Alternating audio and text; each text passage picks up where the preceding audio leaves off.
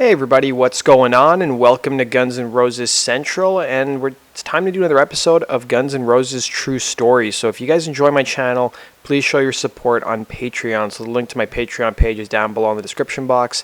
But let's get started with today's song. So we're still continuing with Chinese democracy. So the song we're talking about today is Riad and the Bedouins. And this song was written by Axl, Robin Fink, Dizzy Reed, Tommy Stinson, and Paul Tobias.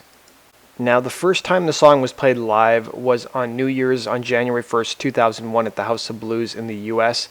Since 2001, it's been played a total of 6 times live.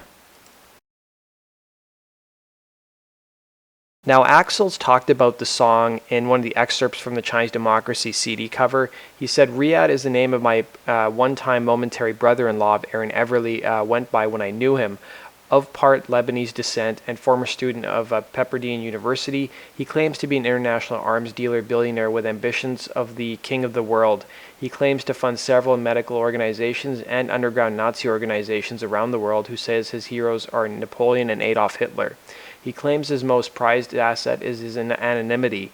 He also claims to be an expert in military strategy and was the inspiration for the Guns song Civil War, which was written per his request for a song about how people were stupid and he could sell them anything because people love to kill each other. He also claims to be an expert in global finance and money laundering, living tax-free in Bel Air, last I was aware, and claiming to launder monies for wealthy individuals in several countries, predominantly Saudi Arabia and the Middle East, with ties to Bush-Reagan administrations and wherever there's a war in the world at any given moment. Tommy Stinson also talked about the song in an interview he did with Bass Player magazine for March of 2010, talking about his favorite Guns song off Chinese Democracy to play live. He said, it's hard to say, but Riad and the Bedouins is probably one of them. The riff is pretty nutty and I think people either love it or hate it, but it's a groove that's really fun to play. It's aggressive and notey.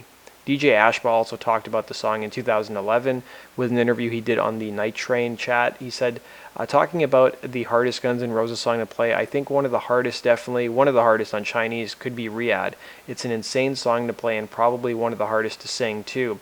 It's a fun song, but it definitely, at least the guitar part that Richard and Bumble gave me, was not very easy to play.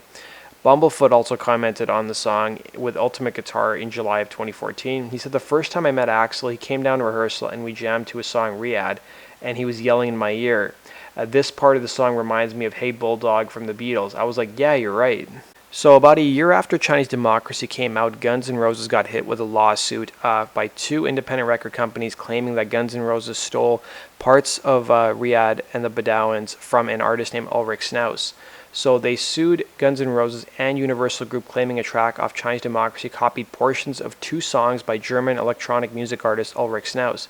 So according to Reuters, Independence and Domino's, who were the record labels, a lawsuit against GNR said that the band song Riad and the Bedouins used part of Ulrich's Wherever You Are and a strangely isolated place without permission. The labels were seeking $1 million in damages.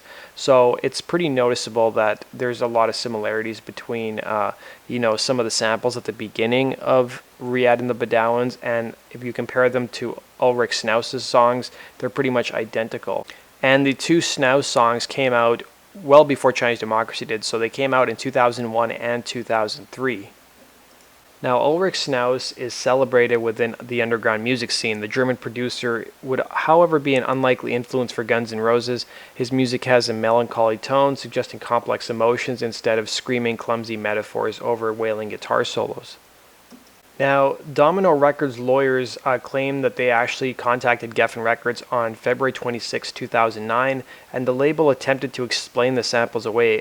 Their lawyer told the New York Daily News they tried to justify it. So following the lawsuit being filed against Guns N' Roses actually responded. Their manager, Irving Asoff, said that the band vigorously contests these claims and intends to respond accordingly. He said the band believed when the record came out and still believes that there is no unauthorized samples on the track, and Asoff promised that the band's legal and production team would formally respond to the complaints soon.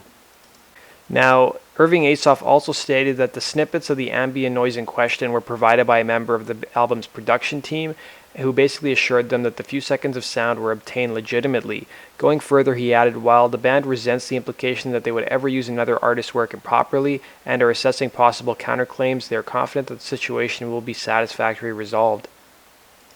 Now, after the Guns N' Roses reunion was announced in early 2016, late 2015, Keyboardist Chris Pittman actually left the group, and shortly afterwards he filed a lawsuit against Axl Rose for unpaid debt. So, according to Pittman, he claims that Rose wrote him a promissory note for $125,000 he was owed for over a year's worth of work. In the suit, Pittman claimed that Rose was supposed to pay up by October 2012, but failed to do so, and Pittman also revealed that Rose owes him more than $163,000 now due to interest. So Pittman joined Guns N' Roses in 1998 and remained with the band until early 2016, and he served as the band's second keyboard player, second bassist. He also provided backup vocals and added some percussion and programming during the band's shows. He also did some co-writing with the band for Chinese Democracy as well. Some people think that his departure from the band was due to his rant that surfaced on social media shortly after it was announced Guns N' Roses would be playing Coachella. So he referred to the reunion as a money grab and a nostalgia tour. He later apologized for those remarks, but in April stated that the Oldies reunion was boring and that's why he was no longer part of the band. He would eventually be replaced by Melissa Reese.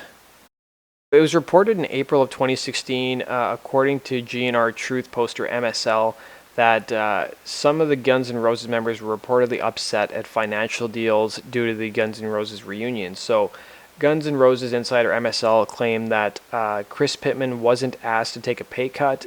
However, some of the non-core members who expected this Not in This Lifetime tour to be more lucrative than previous tours were upset when they found out that the money was the same as before. Is it possible that Chris Pittman complained and got fired? It's anyone's guess, but MSL points to the fact that Chris Pittman thought he was, in the band for a very long time and thought he would be rewarded with a more lucrative paycheck as Guns N' Roses toured with Slash and Duff. Now, MSL also shared some more information on the lawsuit, saying if Chris Pittman's been owed $125,000 for 4 years and finally felt that there was no way to get paid without hiring a lawyer, the lawsuit would have nothing to do with spite and everything to do with getting paid. There's no way Pittman has enough money to where he could just let $125,000 slide. So if he's really owed the money, I don't see how it's spite. If he made it up, then sure, yeah, it could be out of spite, or it could be to make the band look bad, but we don't have the facts, and there's no way of knowing whether the accusation is true. He did say that a lot of people in the Guns N' Roses camp feel that he was responsible for the costly mistake or intentional plagiarism concerning the Riad and the Bedouins sample from Ulrich Schnauz. Now, several months after Chris Pittman filed his lawsuit against Axl Rose, in November of 2016, it was reported that Axl Rose settled his lawsuit with former Guns N' Roses keyboardist Chris Pittman. The details of the settlement remain confidential. Now, in April of 2009, Chinese Democracy, the full album actually got released as downloadable content for Rock Band 2, and also included with that downloadable content was Riad and the Bedouins, and then it eventually would later be released, just Riad and the Bedouins, eventually found its way as DLC for the game Rock Band Unplugged, which was on the PlayStation Portable. Now let's look at where the song ranks on the best to worst Guns N' Roses song list. So according to Spin.com, they ranked it pretty low. It was ranked 71st out of 80 or so Guns N' Roses songs. And then Medium.com ranked it a bit higher as 51. So that does it for this episode of Guns N' Roses True Story. Hope you guys enjoyed this look back at Riad and the Bedouins. And I hope you guys leave some comments down below. Let me know your thoughts on the track. And be sure to hit the like button if you enjoyed the content of this video. And be sure to subscribe if you love Guns N' Roses as much as I do. You guys can also go follow me on social media on Facebook and Twitter. And I've also got a Patreon page if you guys want to show some love and support to my channel. Thanks for watching, everybody, and have yourself a good one.